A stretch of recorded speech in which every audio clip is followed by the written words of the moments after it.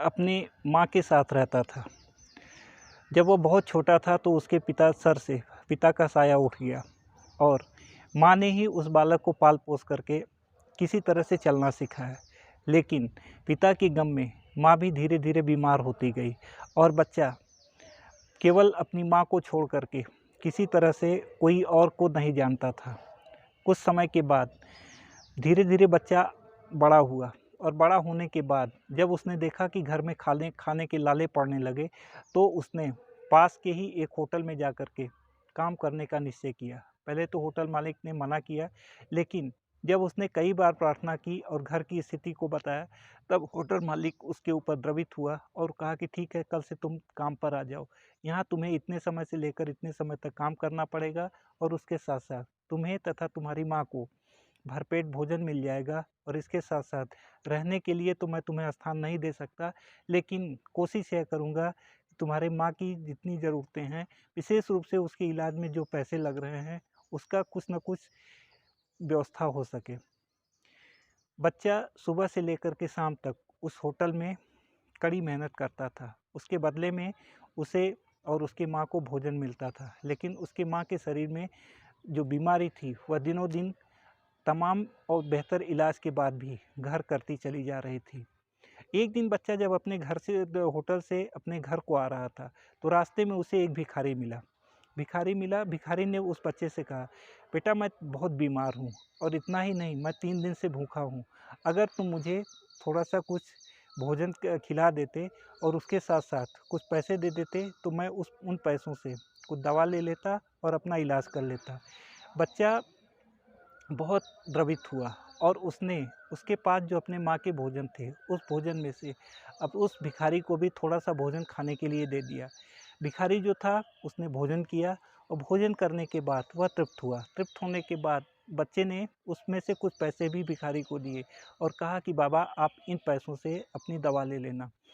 भिखारी जो था वह भोजन करने के बाद बहुत प्रसन्न हुआ। उसने कहा बेटा ठीक है, ईश्वर तुम्हारी निश्चित रूप से मदद करेगा। बच्चा अब अपने घर आ गया और माँ की सेवा में लग गया। लगने के बाद उसने यह सोचा कि आखिर ईश्वर कहाँ रहते हैं? तो ईश्वर को तो उसने लोग किसी से पूछा कि ईश्वर कहाँ रहते हैं? किसी ने उसे मंदिर में बताया, किसी ने उसे बताया कि गरीब और आवश्यकतामंद लोगों की सेवा करने में जो कोई हमें प्रसाद मिलता है, उसे ही ईश्वर का प्रसाद है। इसके साथ ही साथ ईश्वर किसी ने बताया कि ईश्वर तो ऊपर रहते हैं, लेकिन एक व्यक्ति ने जब उसे यह बताया कि ईश्वर तो ऊपर रहते हैं, लेकिन वो वहीं से हर किसी की स्थिति देखते रहते हैं, तो बच्चा इससे बहुत प्रसन्न हुआ। उसने उनसे मिलने के लिए पूछा, तो कहा नहीं वो हमें नहीं मिल सकते, इसलिए तो उस व्यक्ति ने यह भी बताया कि ईश्वर हम हमारी हर कोई बात को निश्चित रूप से सुनते हैं। अब उस बच्चे ने यह तय किया कि आखिर जब मैं ईश्वर से नहीं मिल सकता, तो कम से कम मैं अपनी बात ईश्वर के पास पहुँचा तो सकता हूँ। इसलिए वह प्रतिदिन शाम को जब होटल से घर आता, तो उसके बाद वह अपने साथ एक गैस का गुब्बारा ले आता और उस गैस के गुब्बारे में एक संदेश लिख कर के भेजता कि हे भगवान, मेरी माँ बहुत बीमार है, मैं तुम्हें बहुत खोज रहा हूँ, कृपया मेरी माँ को ठीक कर दो, क्योंकि मेरी माँ के अलावा इस दुनिया में और आपके अलावा इस दुनिया में मेरा कोई नहीं है। बच्चा इस उम्मीद के साथ प्रतिदिन आकाश में उस गैस वाले गुब्बारे को छोड़ता कि कभी न कभी तो यह गुब्बारा जाकर के ईश्वर के पास जाएगा और ईश्वर उसके संदेश को और उसकी विपत्ति को सुनेंगे। इसी उम्मीद के साथ वह रोज़ एक संदेश छोड़ देता था। एक दिन बच्चे के द्वारा छोड़ा हुआ गुब्बारा ऊपर न जाकर के एक बहुमंजिला इमारत की टंकी में जाकर के फँस गया। एक दिन उस सबसे ऊपरी वाली मंजिल पर जो आदमी रह रहा था, वह शाम को उसके वक़्त जब उसने शाम को वक़्त टहलते हुए देखा, तो देखा कि एक गुब्बारा जो है उसकी कल की डेट में कुछ संदेश लिखा हुआ था। उसने देखा और देखने के बाद फिर उसने यह कोशिश किया कि आखिर यह गुब्बारा कौन फेंक छोड़ा। तो दूसरे दिन शाम के वक़्त उसने देखा कि एक बच्चा जो है, जो कि बहुत छोटा-सा था, वह नीचे से एक गुब्बारा जो है उसको गैस वाला, उसमें कुछ संदेश लिखता और उसको आकाश में छोड़ देता।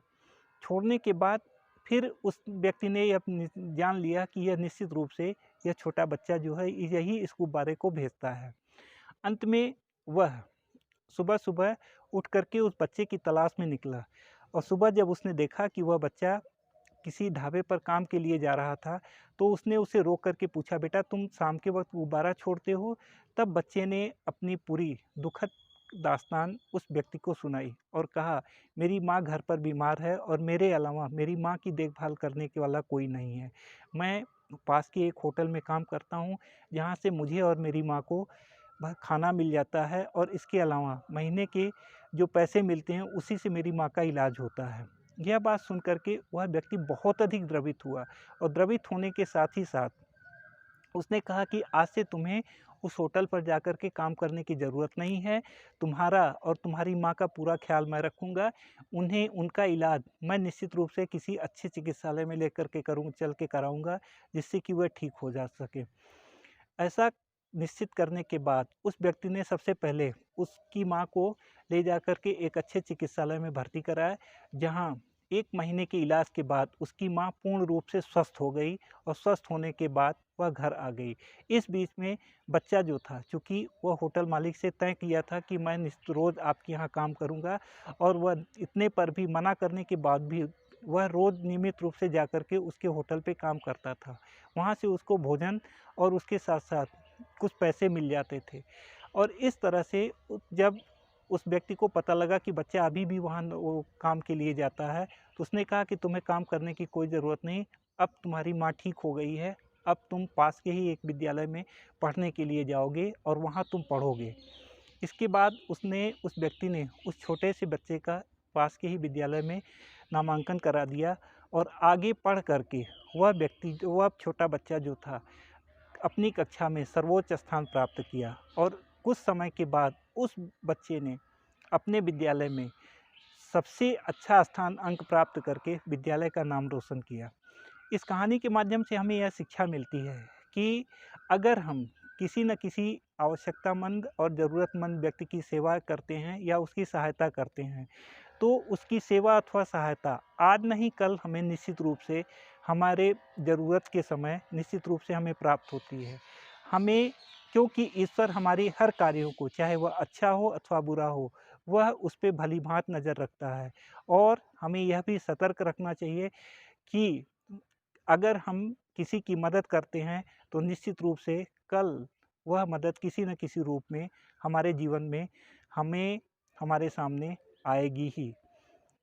यहाँ पर संक्षिप्त रूप में मैं केवल इतना ही कहूँगा कि जैसी करनी वैसा फल, आज नहीं तो निश्चय कल। मुझे आशा ही नहीं वरन पूर्ण विश्वास है, यह कहानी के माध्यम से यह जो संदेश मैं आप सबको प्रेषित कर रहा हूँ, आप सबको पसंद आया होगा और निश्चित रूप से अगर यह कहानी आप सबको पसंद आई हो, तो कृपया मेरे चैनल को सब्सक्राइब करें तथा अपने मित्रों के साथ शेयर करें और अपने बहुमूल्य सुझावों से मुझे निश्चित रूप से सूचित करें।